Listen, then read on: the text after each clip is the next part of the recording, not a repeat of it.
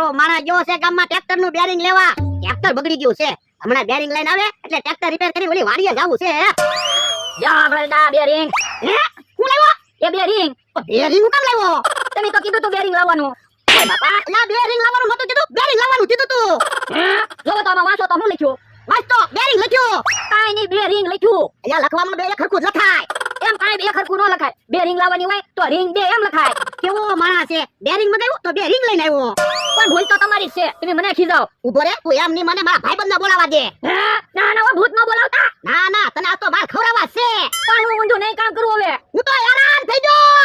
પણ મારી ભૂલ થઈ ગઈ એમ કહું છું. ભૂતને ન બોલાવતા. ના ના, આ તો તને માર ખવડાવવા છે. હું તો હેરાન થઈ ગયો. પણ હું માફી માંગુ છું. મારી ભૂલ થઈ ગઈ. બસ હવે ઊંધું કામ નહીં કરું.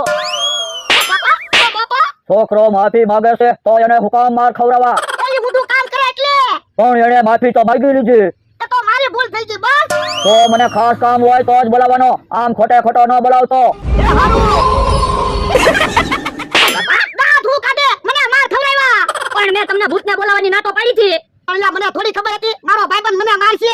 હવે એ વાત જવા દો. હાલો ટ્રેક્ટરમાં રિંગ ફિટ કરી દેવી. સાનો મનો બે ટ્રેક્ટરમાં રિંગ થોડી ફિટ થાય. તો પણ ટ્રેક્ટર લઈને ઓલી વાડીએ કેમ જાવું? એ ટ્રેક્ટર લઈને ઓલી વાડીએ ન જાવું, આલી મિયા જઈ હાલ. પણ હાલીને અમથાની વાડી હોપટ કેમ જાવું? બે આમ તો હશે. અમથા અહીંયા ઊભા. તો હાલને ગામમાં નાસ્તો કરવા જાવી. ના રે ના, વાડીની બહાર કેમ જાવું? રોહાની વાડીએ ભૂત છે. પણ ભૂખ બહુ લાગી. પણ મેં મમરાભાઈને ફોન કરીને કીધું છે આપણે હાટો 100 રૂપિયાનો નાસ્તો લેતા આવશે. હા તો વાંધો નહીં. હે મમરાભાઈ કેમ આમ કે આવ્યા? મમરાભાઈ કેમ આમ કે આવ્યા? તમને ખબર તો છે બીક કેવી લાગે? એટલે આમ ફરી ફરીને કિલોમીટર સડાઈને તમારી વાડી આવ્યો. તે હારું નાસ્તો લેવા? હા લાવો 100 રૂપિયા. આઈ લાવો નાસ્તો. લ્યો.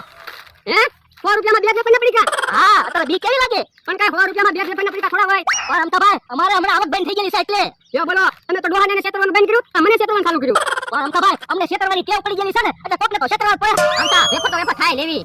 હા તમારે જ્યાં કોઈ પૈસા આપવા. મારા 90 રૂપિયા મમરાભાઈ લઈ ગયા. અમથાભાઈ કકડાટ ન કરતા. આલ્યો તમારા 100 રૂપિયા લાવો વેફરના પડીકા પાછા. તમે ગામમાં નાસ્તો લઈ આવો જાવ. ના રે ના ગામમાં કેમ જાવું? મને બહુ બીક લાગે. તો પણ આમ બીતા બીતા કેટલા દી રહેવું? એ હવે બીતા નહીં. ભૂતને ભગાડવાનો રસ્તો મળી ગયો છે.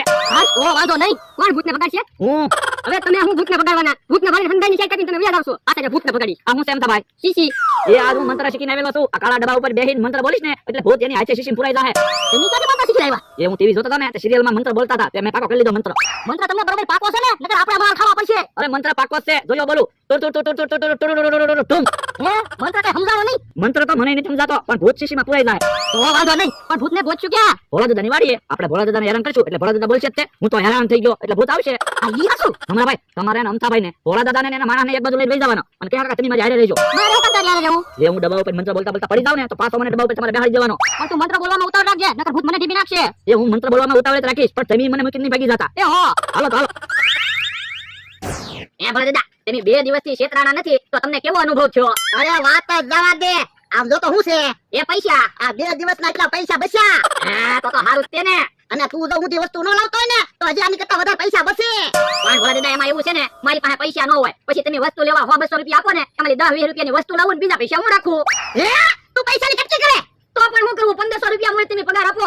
આ હવે પૈસાની કટકી ન કરતો હું તારો પગાર વધારી દઈશ. હે તો મને ક્યાં વાંધો છે? હે ભૂકડોની આવે છે પૈસા ખિસ્સામાં નાખી દેવા દે. પણ બીવો હમકામ. હા બેઠા છે ને ભોળા દાદા. હે પાછા બધા માફી માંગવા રાખું. માફી માંગવા નથી આવ્યા. આ તો તમે હેરાન કરવા આવ્યા. પણ મને હું કામ હેરાન કરવા આવ્યા? યાર એમ 2 દિવસથી હેરાન થઈ તો તમને હેરાન કરવા જ પડે ને. જોહાન તારા હિસાબે અમે ગામમાં નથી જઈ શકતા. પણ હું ક્યાં ગામમાં જવાની તમને ના પાડું? એ બાપા પણ અમે અહીં ચાલી તરત તું ભૂખ દે બોલાવે. એ કે કાકા ભોળા દાદાને ધોલું ન મારતા નકર હેરાન થઈ જાઓ. ભલે ને હેરાન થઈ જાય હો. ભોળા દાદા તમારા ભાઈબંધને બોલાવો. હું તો હેરાન થઈ ગયો. હમણાં ભાઈ તૈયારી માં રહેજો. એ વાંધો નહીં ભાઈ પકડી દો. મને ભાઈ પકડી દો. મને ભાઈ ભોળા દાદા મૂકી દો. મને ભાઈ તું યાર તો બાપુ મંત્ર બોલવાનું ચાલુ કર ભૂત આવે છે. એ હાલો